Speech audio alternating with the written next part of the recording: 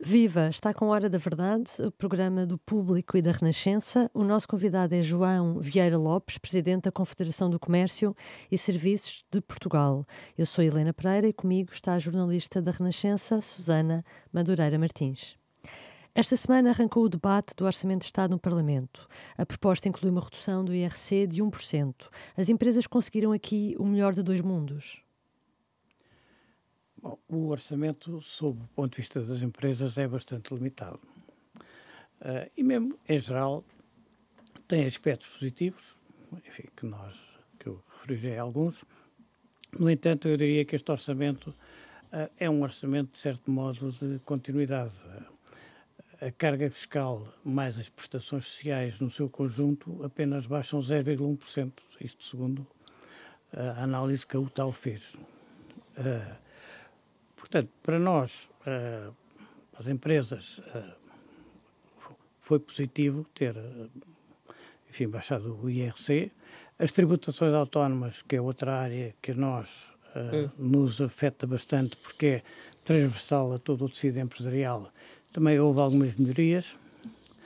Nós preferíamos que a taxa do IRC para as PMEs e mid-caps, que baixou de 17 para 16, tivesse baixado mais, e pensamos que isso era um esforço possível, até porque não era muito caro, lá em termos de custos orçamentais. Até os 2% era possível? Aliás, o Governo definiu o objetivo de 12,5% e nós gostaríamos que ele fosse mais acelerado e também que o limite não fosse 50 mil euros, mas 100 mil euros, tendo em conta a atualização com a inflação, enfim, com os resultados. Portanto, o PS tem aí culpas, então? Bom, o PS manifestou uma opção de princípio que nós não estamos de acordo, como é evidente. É um orçamento que tem aqui uma série de vertentes que são positivas para o rendimento das famílias. Aliás, no seguimento das medidas que o Governo tem tomado, enfim, recentemente para certos setores da sociedade. Eu diria que, em termos de poder de compra, é um orçamento que tem uma vertente positiva. No entanto, estruturalmente, enfim, não difere muito dos modelos anteriores, se bem que também tem outro aspecto para nós que é positivo, que não consideramos que seria tão importante a rapidez com que se estava a tentar baixar a dívida. Preferíamos que houvesse folga precisamente para haver outras medidas. Sob esse ponto de vista, também é positivo. Agora, está muito longe, enfim, das nossas aspirações e, de certo modo, as expectativas que tínhamos de que, da parte, enfim, do Governo, houvesse um choque fiscal mais radical. Que não se concretizou, sim. Que não se concretizou e, inclusivamente, que... enfim, da parte das empresas, tivéssemos, quer na capitalização, quer nos incentivos ao investimento, medidas mais profundas do que estas. Diria que é um orçamento socialista, como dizia hoje no Parlamento a Iniciativa Liberal?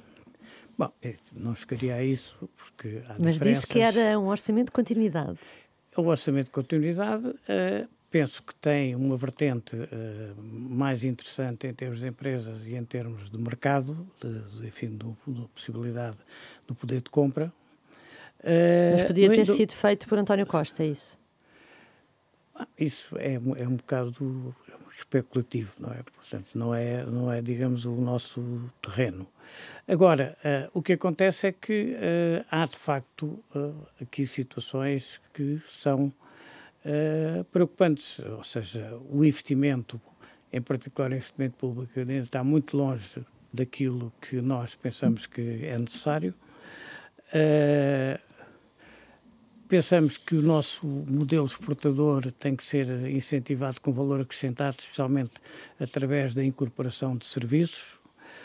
Aí no orçamento não temos medidas significativas, por exemplo, para o aspecto dos transportes, a não ser, enfim, toda a problemática da aviação, mas neste momento, para, digamos, o modelo exportador, nós precisamos também de investir claramente, quer na logística, quer em termos rodoviários, quer em termos ferroviários, e não tem grandes novidades. De que medidas é que está a falar, por exemplo? Que gostava que fossem contempladas, não é? Por exemplo, em relação aos setores dos transportes, que são setores que, como sabe, estão afiliados na CCP, havia expectativas muito maiores em relação ao incentivo para a remodelação das frotas, em relação, digamos, ao apoio aos combustíveis, já que os diferenciais em relação à Espanha voltaram a aumentar. Portanto, há toda aí uma série de áreas que nós pensamos que seriam, digamos, importantes.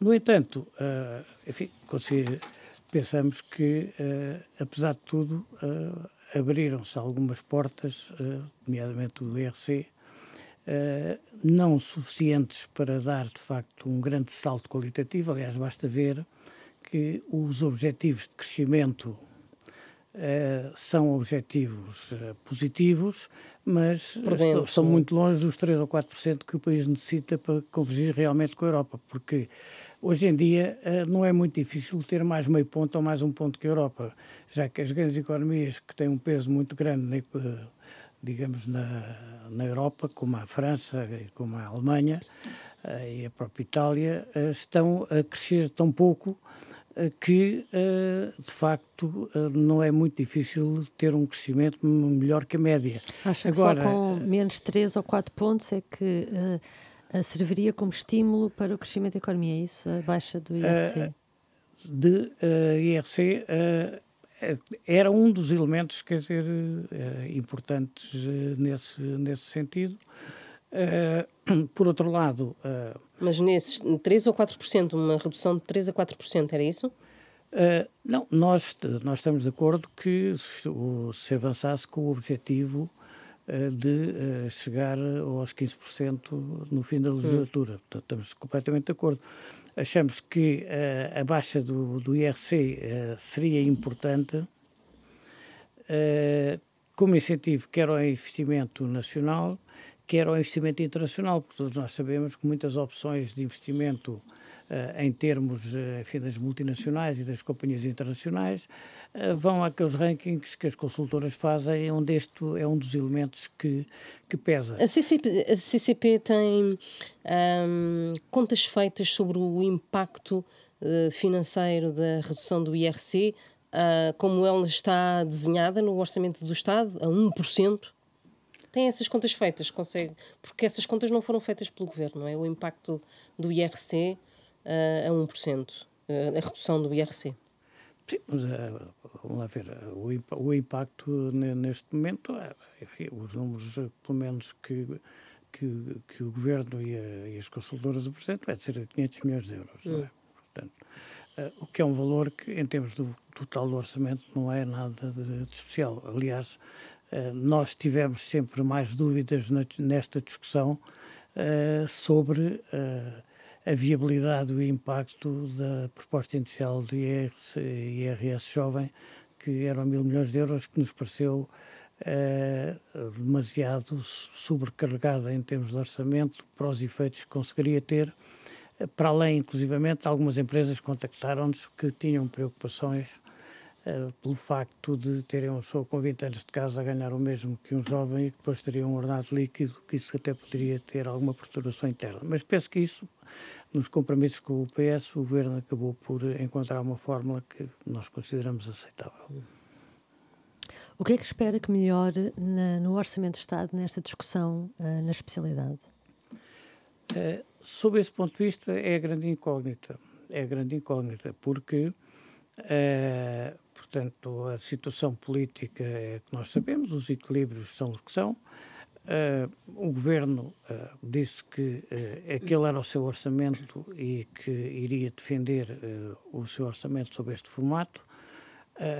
Aparentemente, o partido maior da oposição disse que não iria fazer uma pressão significativa ou que não ia mesmo fazer pressão na discussão da especialidade. Pensamos que vão haver muitos fé-diver políticos, mas, enfim, não esperamos grandes alterações. Não esperamos grandes alterações, francamente. Nós, a CCP, como sempre, pedimos a audiência a todos os grupos parlamentares, vamos lá defender o conjunto de propostas que nós apresentámos. Enfim, vários, desde os problemas dos IVAs de caixa, aos problemas de fazer, digamos, o acerto de contas das empresas em termos das dívidas ao fisco com as dívidas do Estado às empresas. Bem, nós temos um pacote de propostas desse tipo que iremos também tentar encontrar melhores formulações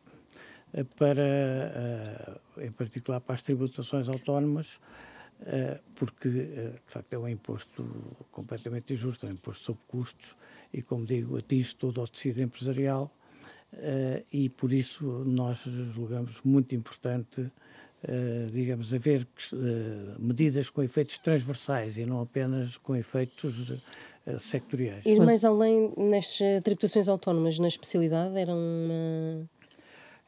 Nós temos uma proposta, nós temos uma proposta de melhoria dos escalões, por exemplo, para as viaturas e das taxas, que o Governo só baixou 0,5%.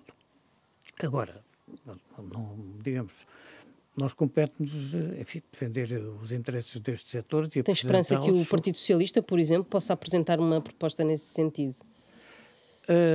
Francamente, nos outros anos tínhamos normalmente as expectativas, o que é que faria cada um dos partidos. Neste momento, é imprevisível. Para nós é uma interrogação, mas o nosso papel é, digamos, abordá-los e todos os grupos parlamentares. Para nós não fazemos distinções políticas, como nos compete, não é? E vamos ver, enfim, temos esta semana já tivemos alguns contactos, mas foram com partidos de menor dimensão ou de menor peso. Com o PS ainda não? Ainda não tiveram com o PS, reunião com o PS? Não, tivemos uma reunião marcada, mas foi adiada porque era no dia em que houve aqueles conflitos na zona de Lisboa e, portanto, não foi possível. E também esperamos ter com o PST, que já nos respondeu que nos ia receber, mas ainda não marcou a data. Mas não tem expectativa nenhuma de que do lado do PS haja abertura a mudar alguma coisa, que quer que seja, para as empresas, em benefício das empresas, tendo em conta como foram as negociações? Não sei. Porque a vontade antes era pouca também, na outra legislatura. Bom, repara, nós tradicionalmente, os partidos, do comportamento tradicional dos partidos, é que os partidos da oposição demonstravam sempre muito mais abertura que os partidos que suportavam os governos. Pronto, isso é historicamente. A situação atual é um bocado atípica. Foi ao contrário.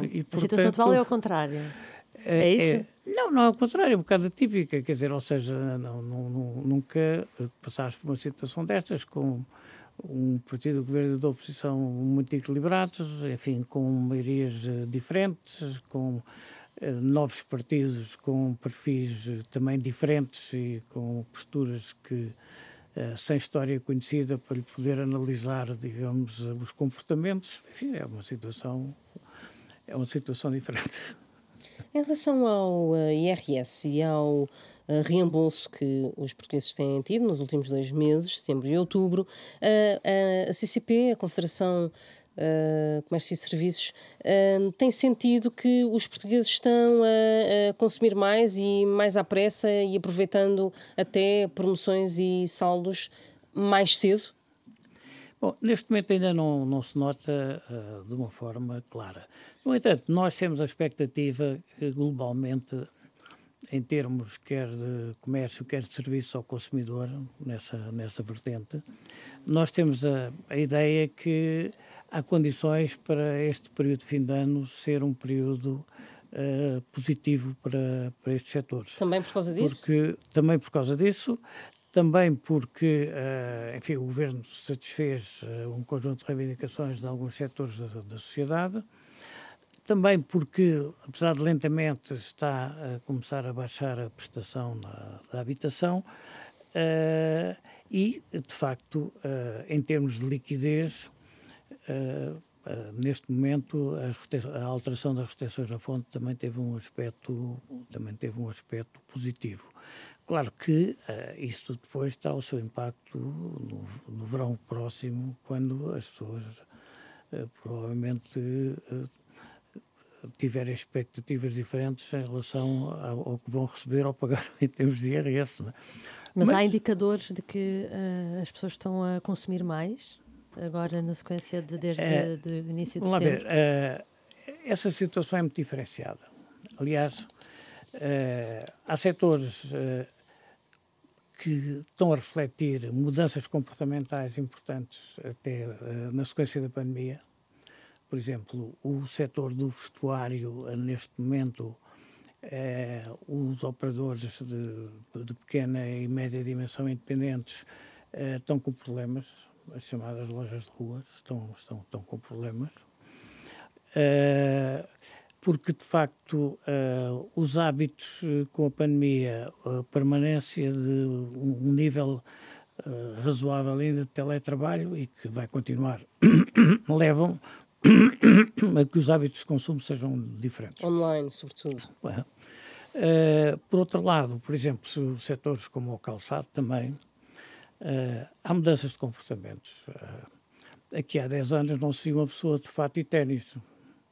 Portanto, tudo o que seja o calçado tradicional português, do couro, como aliás este mesmo fenómeno está a suceder em Espanha, e está a suceder em Inglaterra, e está a suceder em Itália, também são setores que têm alguma vertente neste momento de alteração de hábitos de consumo e concorrência também do comércio eletrónico, não é? Portanto, o próprio alimentar também está a sofrer algumas mutações, porque a pandemia valorizou a proximidade e, neste momento, os operadores económicos de maior dimensão estão a abrir estabelecimentos pequenos e médios em localidades que até aqui não tinham qualquer presença. Isso também está a fazer pressão sobre os operadores independentes de pequena e média dimensão. Isso afeta o setor retalhista e também afeta o setor grossista, como é óbvio, porque o grossista é o principal abastecedor, e daí estes fenómenos que nós tivemos de algum aumento de desemprego, de despedimentos, e, enfim, nos últimos dias até foi um tema bastante trazido à ordem do dia. Não nos parece que a situação seja, digamos, dramática no sentido de se estar a agravar, mas que de facto teve algum impacto, como também outro hábito de consumo que é importante no nosso universo, tem a ver com o facto, por um lado, do teletrabalho e, por outro lado, digamos, um grande número de pessoas hoje trazerem as refeições de casa. A pequena restauração também das zonas, normalmente de escritórios, também está a sofrer bastante. A Confederação assinou recentemente o Acordo de Concertação Social com o Governo. É um acordo que vale até 2028. Pergunto-lhe se ainda há prioridades a definir e quais é que são essas prioridades para a Confederação. Bom, nós assinámos o acordo é um acordo limitado, não é um acordo muito ambicioso. Tem alguns aspectos que nós consideramos positivos e nesse sentido, enfim, não temos sido nunca maximalistas, assinámos esse acordo. Estão abertos muitos capítulos, e 6 capítulos, aliás, é um dos últimos pontos. Nós aí há 2 áreas em que nós pretendíamos dar prioridade agora na discussão a seguir. Um era a sustentabilidade da segurança social, que é um ponto que nos preocupa bastante. Aliás, a CCP tem uma história já, digamos, antiga de preocupação nesse ponto. E outro era a questão laboral. Eram mais ou menos os 2 aspectos que nós iremos propor ao Governo como prioritários daqueles 6 pontos que estão ainda em aberto. A sustentabilidade da segurança social, o antigo Governo, António Costa, dizia-se muito preocupado com a necessidade de diversificação do financiamento da segurança social. É uma preocupação para a Confederação também? É por aí que passa a prioridade? Há duas vertentes importantes. Uma é essa, aliás, nós historicamente até... E como é que se pode financiar? Então, quais é que são essas fontes de financiamento? Bom, nós, historicamente, como digo, fomos das entidades que defendemos que deve ser estudado haver um mix de financiamento através não só da mão de obra, no fundo quem está a pagar o grosso da segurança social são as empresas que têm mão de obra mais intensiva ou mais alargada, e também uma componente do valor acrescentado líquido, precisamente para, digamos, ser uma fonte diferente de rendimento, e há algumas experiências em alguns países nesse sentido, que era uma questão que devia ser aprofundada. Porque o fenómeno do envelhecimento da população não é provável que melhore nos anos mais próximos. Mesmo temos um problema demográfico muito intenso que vai demorar 1 ou 2 gerações a corrigir, se alguma vez for completamente corrigido, a não ser pela imigração. Portanto, isso é uma vertente. Uma segunda vertente é que nós, neste momento, atingimos o fundo de financiamento que deve ter uma garantia para 2 anos, não é, de pensões. Neste momento atingiu-se esses valores. Vão haver, com, digamos, o nível de crescimento do emprego, a incorporação de um número significativo de imigrantes na segurança social. Há neste momento alguma margem e nós preferíamos que fosse definida uma política, o que é que se vai fazer a esse excesso, do que deixar esse excesso para a utilização conforme os ciclos eleitorais, que é a tentação... Como almofada, não é? Sim, mas agora, essa almofada provavelmente deveria ser estudado se permitiria baixar, por exemplo, o TSU para as empresas, que era uma das questões que nós pensamos que tinha sentido. Que o PS sempre travou. Nós tivemos sempre aí posições um pouco diferentes dos governos anteriores, que pensavam que o atual modelo de segurança social era estático e resolvia os problemas ad eterno. Nós sempre tivemos essa grande divergência e por isso é que, como digo, nós temos livros publicados sobre isso e o Governo aí também, felizmente, a pessoa que trabalhou connosco neste projeto até foi um dos membros da comissão que preparou o Livro Verde. Mas acha que no atual quadro político era possível, depois do PS e PSD se terem entendido para viabilizar o orçamento, entenderem-se na segurança social? Eu acho que é difícil, mas em contrapartida também estamos aqui num momento em que isto está tudo muito em aberto, não é? E, portanto... Ou seja, as oposições podem forçar também a maioria a ter outra posição. Pois, e além disso, digamos, neste momento há uma série de temas no Parlamento, na Assembleia da República, que poderão ser aprovados com geometrias variáveis, quer dizer, portanto, que é o que sucede sempre que existem, não só cá em Portugal, estas situações. O Governo diz que isso desvirtuará o orçamento. É uma coisa má. Não, mas vamos lá ver. Eu penso que esta discussão não cabe para ser feita neste orçamento. Cabe para ser feita na sociedade, porque isto há aqui opções mais à frente, então, estratégicas.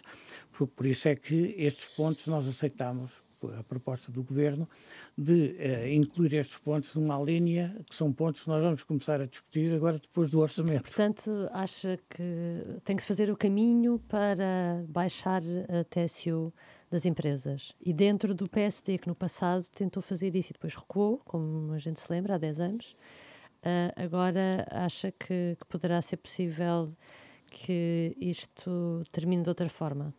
Repare, nós como Confederação temos um conjunto de objetivos, não estamos com os ciclos políticos. Portanto, tentamos colocar a cada governo aquilo que nós pensamos. Há, por vezes, o conjunturas em que há oportunidade para alterar ou não, mas isso não nos deixa de deixar o papel, chamemos-lo assim, de apresentar isso. E essa redução da TSU podia ir até onde? Não, repara, essas contas têm que ser bem feitas. Nós, inclusivamente nesses trabalhos que já apresentámos,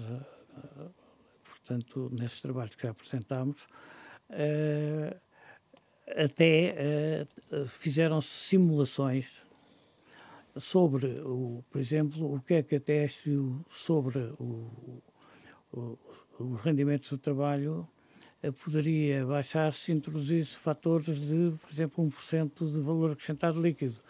Mas isso é uma opção da sociedade. Agora, achamos é que não é tabu, isso tem que ser discutido.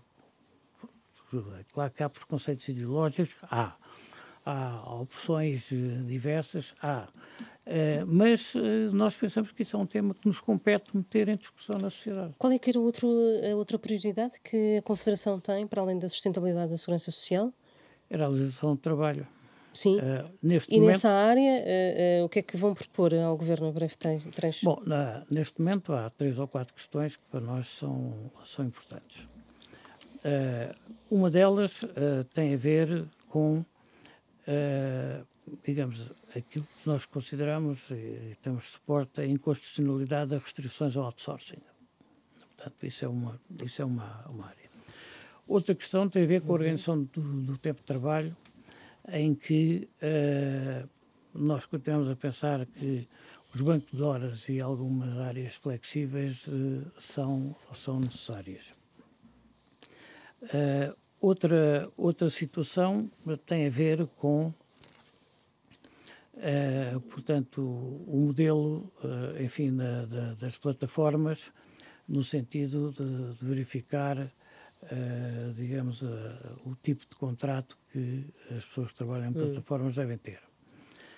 E há até questões, enfim, pronto, podem ser menores, mas que hoje em dia já têm algum impacto. Nós achamos que deve ser revisto aquela metodologia da autodeclaração das baixas, porque as estatísticas mostram que há períodos de fim de férias e de a seguir a feriados, etc., que estatisticamente... Que aumentam o número de baixas. Está a haver abusos, é isso? Exatamente. Portanto, nós, e é preciso limitar... Nós não acabar completamente, não, mas limitar e fiscalizar. Aliás, nós na altura, quando, enfim, por acaso até foi o Ministro da Saúde que falou connosco sobre o tema, nós dissemos que pronto, era um objetivo interessante para, digamos, baixar a pressão sobre o Serviço Nacional de Saúde, não é? Mas que queríamos fazer um balanço passado um ano, porque não nos íamos opor a que fosse experimentado, e penso que as estatísticas que vários órgãos de comunicação social publicaram, quer dizer, mostram claramente que enfim, isto nem sempre deve ter tido a utilização. Mas o Estado tem capacidade para fiscalizar. O problema aí que está identificado é que não há essa fiscalização. Existem meios para conseguir fiscalizar isto? Para já, por exemplo, as pessoas podem, digamos, fazer isto 2 vezes por ano, se calhar podia-se reduzir a uma numa primeira fase. E segundo, a fiscalização tem que ser aleatória, é completamente, tecnicamente impossível fiscalizar tudo, mas pode-se intensificar e além disso, fiscalizar e tirar consequências disso. Porque, infelizmente, pensamos que a medida tinha boas intenções, mas nós temos muitas queixas. E repara uma coisa, que é uma coisa que por vezes as pessoas não valorizam em Portugal. Nós temos um tecido empresarial em que há uma esmagadora maioria de micro e pequenas e médias empresas. E então, nessa tipologia de empresas, a falta de uma pessoa ou 2, por vezes, tem um efeito quase catastrófico de abrir a porta de uma loja, portanto, ou de um cabeleireiro, ou de uma agência imobiliária, quer dizer, ou seja, E por isso é que, provavelmente, em empresas grandes não tem tanto impacto. Quer dizer, mas agora, este é o tecido empresarial que temos e nós preocupa-nos bastante porque é daí que temos recebido mais queixas. E a semana de 4 dias, nesse quadro, acha que se devia alargar a experiência, que começou por ser uma experiência piloto? Bem, eu acho que Ou também levanta problemas às empresas? Sim, vamos lá ver. A semana de 4 dias, a experiência que se fez foi voluntária e o Estado não participou, não investiu nada.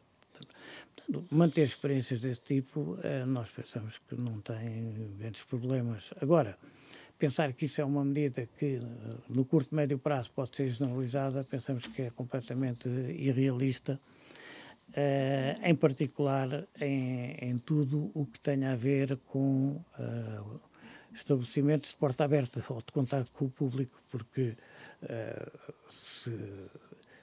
para manter, digamos, a abertura durante toda a semana, teriam que contratar mais gente e isso punha problemas de rentabilidade. Portanto, não achamos inconveniente que se façam experiências. Pensamos que a médio e longo prazo é capaz de se poder caminhar para aí.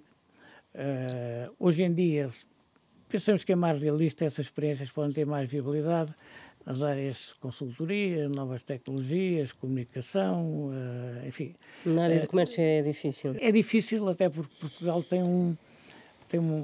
criou nos últimos anos uma tradição que é dos países que têm a janela horária maior. Quer dizer, e portanto... é difícil depois cobrir, sim. Era difícil.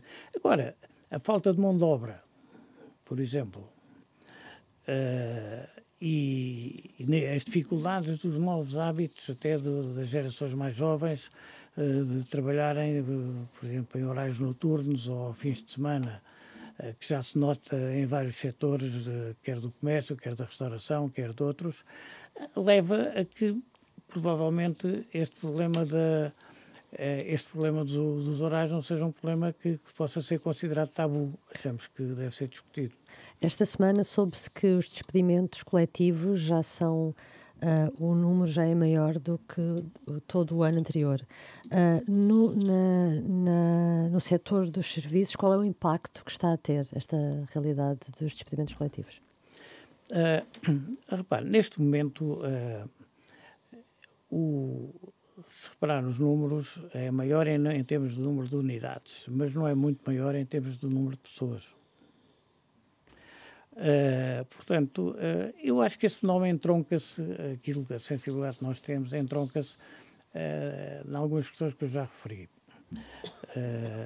Há operadores de pequena e média dimensão independentes, por exemplo, nas áreas, como eu digo, do vestuário, do calçado, isso que têm neste momento dificuldades. Portanto, no próprio alimentar, a pressão sistemática de abertura de estabelecimentos de média dimensão das grandes organizações também faz pressão sobre os pequenos e médios operadores independentes, os quais, no caso concreto, depois, digamos, se reduzirem os seus movimentos, também acabam por afetar a montante o setor que os fornece, que normalmente é o setor grossista, mas, como eu disse, não penso que isso seja uma coisa, neste momento, que esteja a atingir níveis dramáticos, até porque... O Governo diz que é uma situação preocupante. Não, acho que é preocupante porque é sempre preocupante porque o que acontece é que o número desses estabelecimentos, incluindo, por exemplo, na restauração, quer dizer, de pequena restauração... Mas acha que não vai crescer? Esse número não vai crescer na sua área? Eu, pelas razões que expliquei em termos de poder de compra, nós, na análise que fizemos na Confederação, pensamos que esse número não se vai intensificar significativamente, pelo menos até ao fim deste ano. Agora, o próximo ano tem aqui vertentes potencialmente positivas, como digo, o orçamento prevê subida do consumo privado, do poder de compra, etc, etc. Mas há aqui variáveis que nós não dominamos, as guerras, os efeitos e próprias eleições americanas, há aqui um conjunto de interrogações. No atual contexto político, considera que pode haver maior abertura para retirar da lei algumas medidas, nomeadamente a proibição de as empresas recorrerem ao outsourcing após um despedimento coletivo? É uma medida que, de resto, está a ser avaliada pelo Tribunal Constitucional.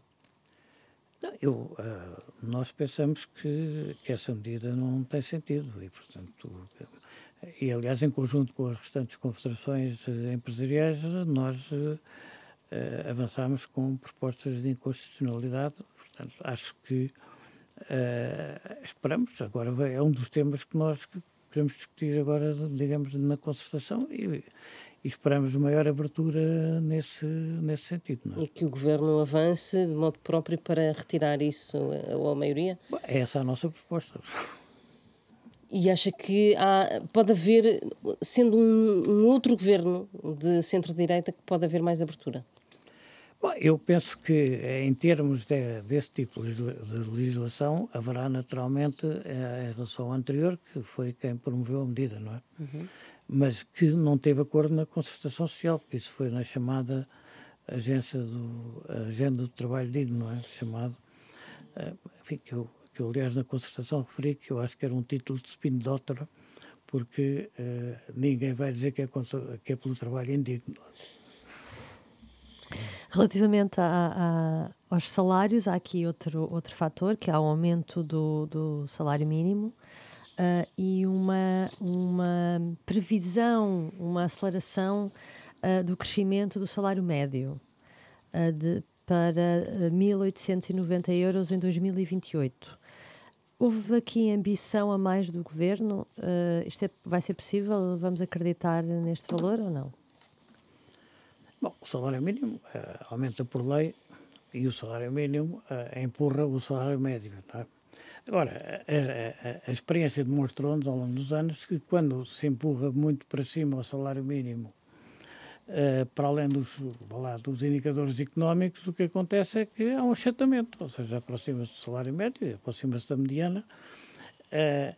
Essas medidas, repare, isso é como no acordo também há um objetivo de produtividade. Essas medidas, enfim, são medidas, são objetivos bem intencionados.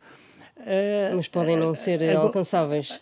Pois, agora, a grande dúvida que nós temos, e que nós exprimimos sempre, é se as outras medidas que, digamos, potenciam isso são suficientemente fortes em termos fiscais e outros para as empresas, digamos, conseguirem atingir esses meios. Reparo, se há setor do comércio e a parte dos serviços ao consumidor que está interessado em que os salários médios subam, somos nós, não é?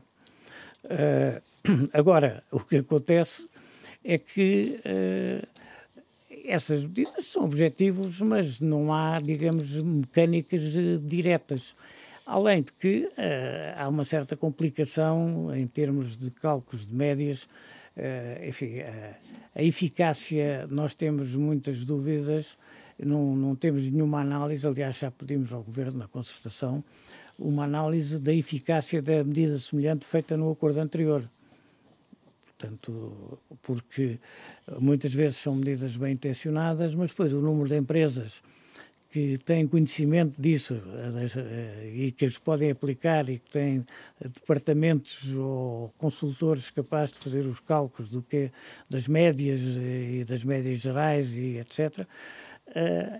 Essas questões preocupam-nos, como nos preocupa o facto de o aumento do salário mínimo, precisamente muito para além dos indicadores económicos, está-nos a causar problemas complicados na contratação coletiva, porque desaparecem muitas categorias. Ou seja, a certa altura nós temos que, digamos, avançar com a extinção de categorias e depois começa a ser difícil nos contratos coletivos, em alguns deles, diferenciar as pessoas por qualificações e, inclusive, gerir carreiras. Deixa-me perguntar-lhe sobre declarações desta semana do Secretário de Estado do Trabalho, que traçou como objetivo novas regras de estágio. Um estágio, um contrato. As empresas as do comércio, que é o que estamos a falar também aqui, estão preparadas para isto ou isto vai limitar os estágios? Bom, a questão dos estágios é uma questão que, enfim, há uma grande preocupação em termos europeus, porque também se verificaram a partir de certa altura, em algumas profissões, abusos das empresas, nomeadamente profissões liberais, etc. Portanto, por isso, acho que neste momento, enfim, essas medidas, não sei bem qual vai o efeito que vão ter, mas eu temo bastante que quando se regulamenta muito para estreitar, que é uma tradição europeia, que isso acaba por perturbar. E depois em Portugal a reação é ninguém respeitar isso e depois temos problemas com a inspeção de trabalho, etc. Portanto, mas isso é uma interrogação para nós. Ainda não consultamos as empresas a esse nível. Agora, há aqui outra questão que nos preocupa também em relação a estes setores, que é uma questão de fundo, que é a agenda de modernização do comércio e serviços, que estava já no acordo feito com o anterior governo e que só foi formalizada na última reunião do Conselho de Ministros do anterior governo. Em nossa opinião, apesar de algum esforço e dos contactos que temos feito com este governo, está muito longe de estar concretizada. E nós preocupa-nos porque, de facto, quer se queira, quer não, estes setores representam 2/3 da força de trabalho e do PIB e tudo isso, e estão, neste momento, bastante, por vezes, esquecidos, como, por exemplo, nas 60 medidas do Programa Económico do Governo. E aí é uma questão que nos preocupa porque, no fundo, seja os serviços ao consumidor, mas seja acima de tudo os serviços às empresas, são uma contribuição muito importante para a incorporação de valor acrescentado nacional. E isso é outra das áreas onde nós também temos feito muita pressão sobre o Governo, é que analise as exportações não só na lógica e na ótica do valor bruto, mas do valor incorporado nacional. E isso, até fizemos alguns trabalhos nesse sentido, com o professor Augusto Mateus. Portanto, nós estamos bastante preocupados, digamos, como é que Portugal pode enfrentar, digamos, neste momento, esta revolução económica, porque não temos qualquer dúvida. A Europa pretendeu copiar o modelo alemão de média tecnologia, ou seja, automóveis, aviões e comboios, subestimou o digital e deixou hoje em dia o digital nas mãos dos Estados Unidos e da China. E a Europa é um player de segunda. E, por vezes, os países periféricos como Portugal têm tendência a imitar isso. Por isso, o que nós queremos é mais investimento em todas as áreas que têm valor acrescentado, nomeadamente as TICs, as digitalizações, etc. Digamos, um impulso muito maior aqui para podermos competir e ganhar espaço na economia mundial. Receia que a reestruturação da Volkswagen possa afetar a Auto Europa? Isso, francamente, não conheço suficientemente o mercado automóvel nesse sentido. Mas essas coisas, a Auto Europa, pelo menos a imagem que nos dão é que é das empresas mais produtivas da Volkswagen. Agora, sim, mas estão a fechar, a Alemanha está a fechar centros de produção. Sim, mas a Europa perdeu a guerra do automóvel elétrico com a China, quer dizer, portanto, porque subestimou. Por isso é que nós também, cada vez mais, também defendemos que, independentemente destes IRS jovens e destas questões todas que podem ser discutíveis se faz desta medida ou de outra medida, Portugal tem que investir fortemente em imigração qualificada. Nós não pensamos que as questões se coloquem meramente em restrições à imigração, mas, acima de tudo, pela positiva, como é que se incentiva a imigração qualificada. Porque, de facto, para conseguir meter valor acrescentado, E nós já tivemos experiências históricas positivas. O têxtil foi com valor acrescentado de marketing e de moda e de qualitativo, e o calçado e outros setores, e também outros setores que nós somos fortes, a própria, em algumas coisas digital, a própria construção que exporta são serviços, não é? Gestão de obra e planeamento. Portanto, nós achamos que não tem sido suficientemente, nomeadamente os investimentos feitos com os fundos europeus, centrados nestes setores dos serviços que são, para nós, fulcrais para aumentar o valor acrescentado. Está terminado este Hora da Verdade. O nosso convidado foi João Vieira Lopes, presidente da Confederação do Comércio e Serviços de Portugal. Este foi um programa gravado pela Beatriz Garcia, gravação áudio, e também por Marta Pedreira Michão, na gravação vídeo. Regressamos na próxima semana.